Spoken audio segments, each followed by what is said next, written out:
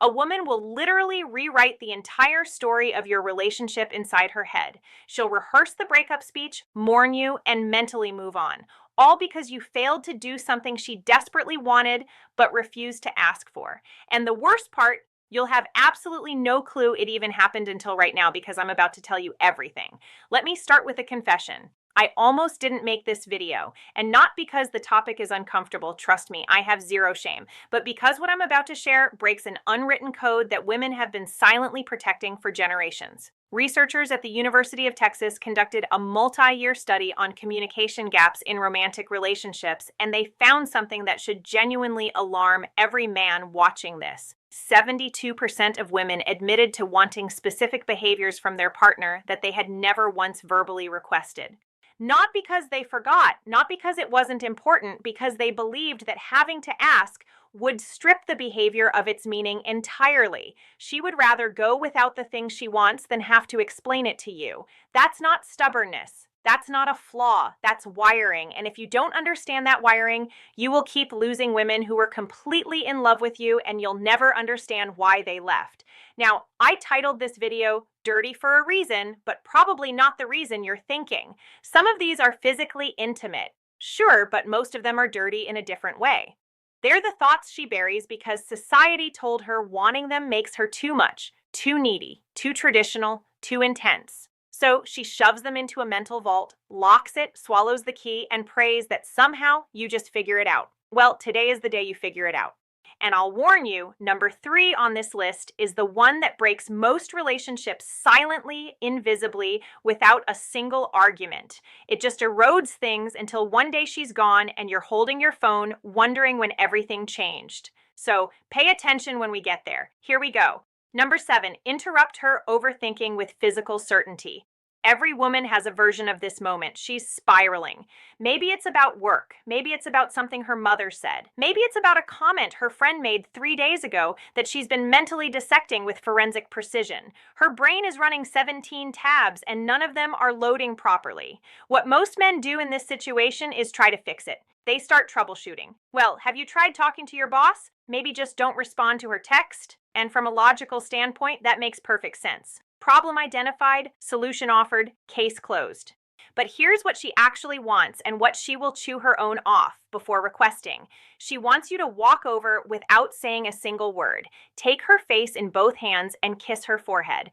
Or pull her against your chest and just hold there. No advice, no commentary, just your physical presence communicating something that words consistently fail to deliver. I'm here. I'm solid. You can fall apart for a second because I'm not going anywhere. Neuroscientist Dr. Tiffany Field, who founded the Touch Research Institute at the University of Miami, has published over 100 studies proving that physical touch reduces cortisol levels by up to 31% within minutes. But here's what the data doesn't capture: the emotional weight of unsolicited touch from someone you trust. That's not just stress relief, that's safety made physical. She won't ask for this because asking for comfort feels like admitting weakness. Requesting to be held feels like filing a formal complaint against her own independence. So she spirals alone and quietly resents that you didn't notice. You don't need to read her mind, you need to read her shoulders. If they're tense, if she's gone quiet, if she's scrolling her phone but clearly not absorbing anything, that's your signal. Don't ask what's wrong, just close the distance and be the interruption her nervous system is begging for. Number 6, say her name during intimate moments and not just those moments. There is something neurologically electric about hearing your own name spoken by someone you're attracted to. A study from the journal Brain Research found that hearing your own name activates specific regions of the left hemisphere associated with self-representation and identity processing. Your name is the one word in any language that your brain treats as fundamentally yours. Now, apply that to intimacy. Not just physical intimacy, though. Yes, absolutely that.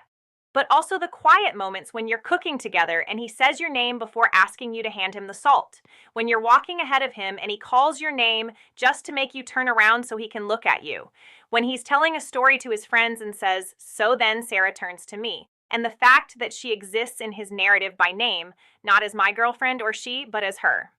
Most men default to pet names. Babe, baby, hun. Those are warm and familiar, but also generic. Every woman he's ever dated was probably babe at some point. Her name, though, that's exclusively hers. And when you use it in a moment of intensity, a whispered confession, a heated argument where you stop and say her actual name, a moment of closeness where her name is the only word you can manage, that creates a response that pet names simply cannot replicate. She'll never ask you to use her name more often because that would make it feel manufactured. The power is that it feels instinctive.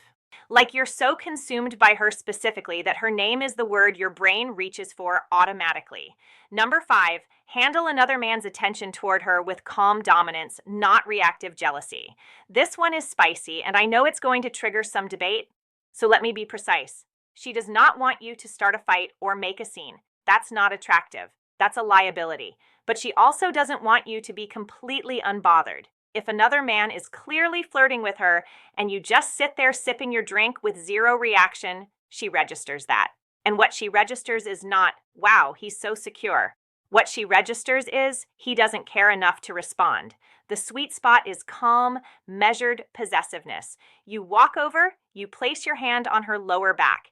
You look the other guy in the eye with completely relaxed confidence that says, I see exactly what you're doing, and I'm not even slightly threatened, but she's with me and we both know it. Oath. Maybe you extend a handshake. Maybe you introduce yourself. Maybe you simply redirect the conversation with a casual smile that communicates absolute ownership of the situation.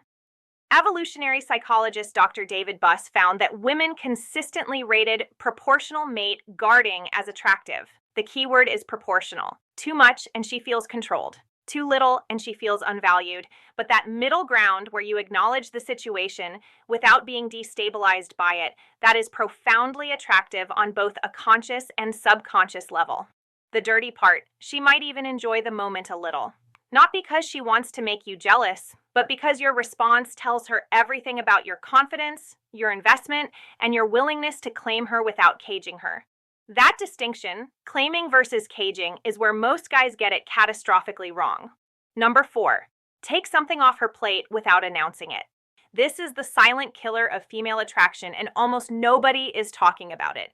The American Psychological Association's 2023 Stress in America survey found that women reported significantly higher levels of chronic stress than men across every measured category: work, family, household management, emotional labor, logistics, scheduling. She is running an invisible project management system in her head at all times, and most of it goes completely unnoticed. She wants you to identify one thing on her mental checklist without her having to delegate it and just handle it quietly, completely, without expecting a parade. The car needs an oil change. It's done. She mentioned the kitchen faucet is dripping fixed by the time she gets home. She's been stressing about groceries. The fridge is stocked, not because she asked, because you paid attention and acted. Researcher Eve Rodsky calls this cognitive labor in her book Fair Play. Her research shows that in most heterosexual relationships, women carry roughly 70% of this invisible workload. And the exhaustion isn't from the tasks themselves, it's from being the only person who remembers that the tasks exist. When a man proactively handles something without being told, it creates a wave of relief and attraction that is almost embarrassingly powerful. She feels genuinely cared for, not because the task was hard, because the noticing was rare. She'll never ask you to do this because asking you to take something off her plate is ironically another thing on her plate. The moment she has to identify the task, explain it, and follow up on whether you did it, she's done more work than if she'd handled it herself. The magic is in the initiative. The magic is in her coming home and realizing something is already done, and she didn't have to think about it for even 1 second. Men who master Clear's throat, this become addictive because in a world where she has to manage everything, the man who manages something for her becomes the only place she can actually rest. Number 3, this is the relationship killer I warned you about. She wants you to pursue her after you already have her. That's it. That's the whole thing. And it is staggering how many men completely abandon this the moment the relationship becomes official. During the dating phase, you were incredible. You texted first, you planned dates, you complimented her without being prompted. Every interaction felt like you were actively choosing her, like being with her was a privilege you didn't take for granted. Then you got comfortable, and comfort is wonderful, but somewhere between comfort and complacency, you stopped doing the things that made her fall for you. Not because you stopped caring, because you assumed the work was done. Dr. John Gottman, whose research has predicted divorce with over 90% accuracy, identifies this as the erosion of turning toward. His data shows that couples who eventually separated had a turning toward rate of only 33%, while couples who stayed together maintained a rate above 80%. She doesn't need grand romantic gestures every week. She needs evidence, consistent, undeniable evidence that you would choose her again today, that if you met her for the first time this afternoon, you'd still pursue her, that she hasn't become furniture in your life. She will never vocalize this because saying, "I need you to pursue me again," feels desperate. So instead, she goes quiet. She pulls back. She starts investing less because you invested less first. And by the time the conversation happens, if it ever does, the distance has already hardened into something much more difficult to reverse.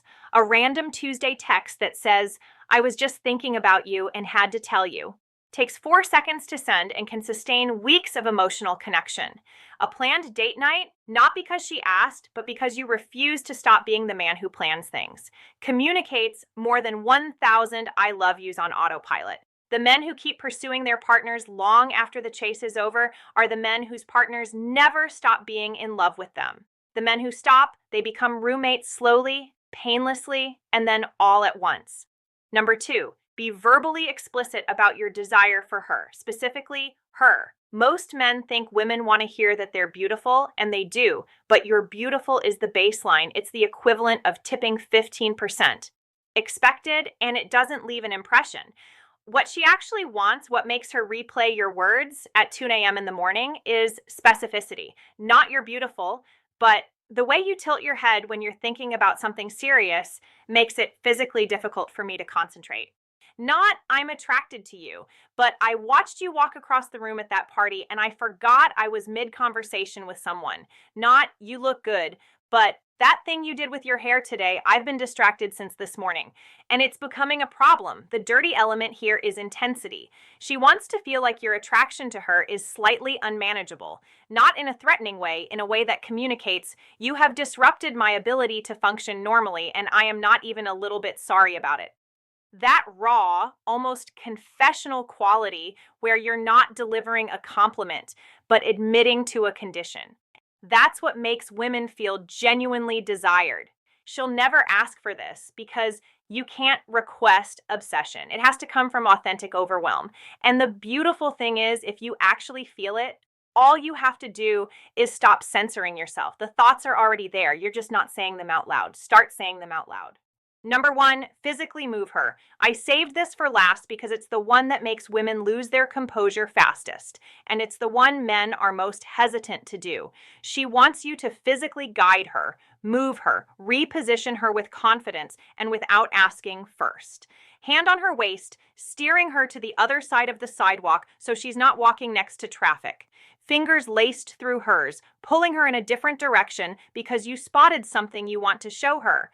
Palm against her lower back, guiding her through a doorway, hand on her thigh under the table, not groping, not performing, just present. Standing behind her, both hands on her hips, gently turning her towards something. A study published in Evolutionary Behavioral Sciences found that women rated physical assertiveness, defined as confident, non-aggressive physical guidance, as one of the top 5 indicators of a desirable partner. This behavior activated associations with protection, decisiveness, and physical confidence simultaneously.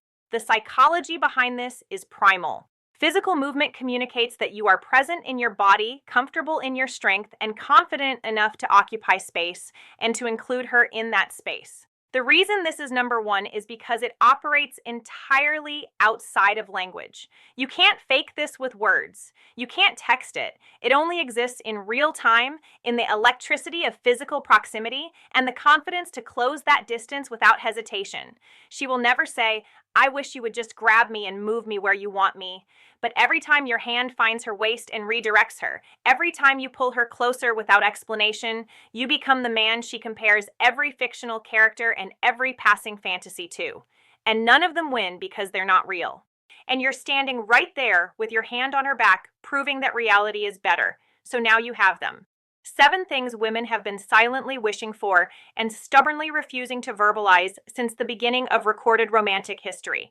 The fact that you watched this entire video tells me you're not the kind of man who assumes he already knows everything. You're the kind who actually wants to understand. That quality alone puts you ahead of 90% of the men she's ever encountered. But knowledge without action is just trivia. I didn't make this video so you could store these as interesting facts. I made it so you could use them tonight, tomorrow, in the next quiet moment where you choose between playing it safe and doing something that actually makes her feel something. Choose the second option every time. Now, here's something that ties everything together in a way that might genuinely change your next interaction with her. While you've been sitting here learning what she secretly wants, there's an entirely separate reality playing out on her end that you're probably blind to. She's been watching YouTube. She's been evaluating, calculating, and in many cases, she's already made her decision about you. The verdict is in and she's not sharing it. The video appearing on your screen right now is called 4 Clear Signs She's Already Chosen You, but isn't telling you. And if you don't watch it next, everything you just learned becomes only half the equation. Knowing what she wants is powerful, but recognizing when she's already decided you're the one, that's the difference between a man who's trying and a man who's already won without realizing it. It's right there. Go watch it now. I'll see you on the other.